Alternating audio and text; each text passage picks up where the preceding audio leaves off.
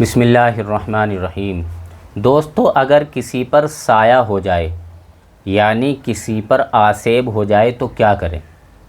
تو دوستو، سب سے پہلے تو ہمارا اللہ تبارک و تعالیٰ کی ذات پر اور اللہ تبارک و تعالیٰ کی صفات پر کامل یقین ہو اور ایمان ہو، مکمل بھروسہ اللہ تبارک و تعالیٰ پر ہو۔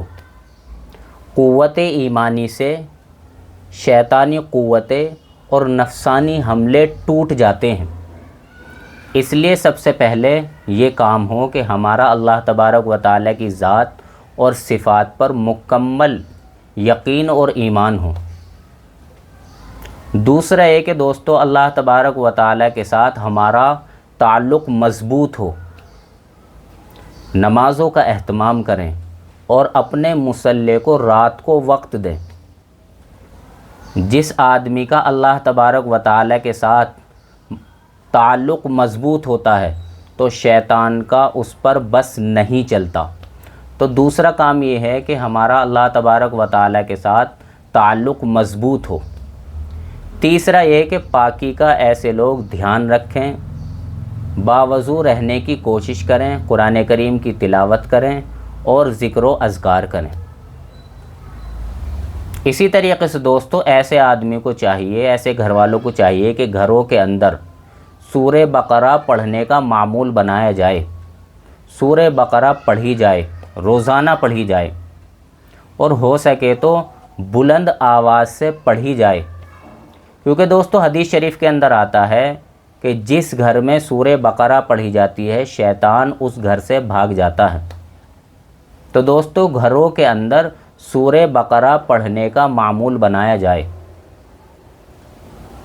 اور دوستو، اسی طریقے سے صبح شام آیت الکرسی پڑھی جائے، آیت الکرسی پڑھ کر دم کر لیا جائے۔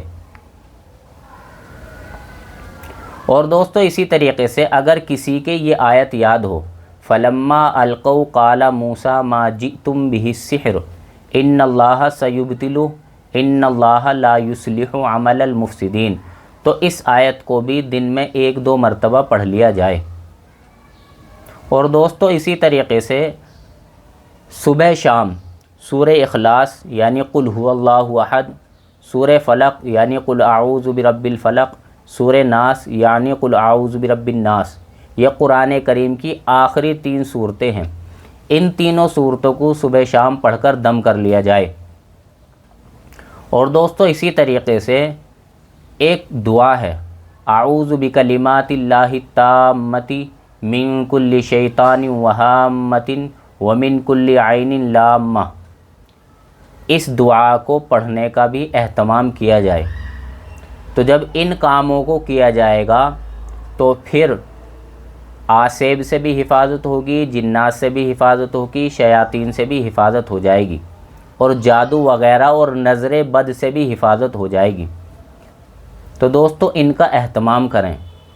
لیکن افسوس کی بات یہ ہے کہ ہم قرآن کریم اور قرآن کریم کے اندر جو دعا ہیں ان کا اہتمام نہیں کرتے اور 100 کلومیٹر دور عالموں کے پاس چلے جاتے ہیں اور گھر میں رکھا ہوا قرآن پڑھنے کی ہمیں فرصت نہیں ملتی۔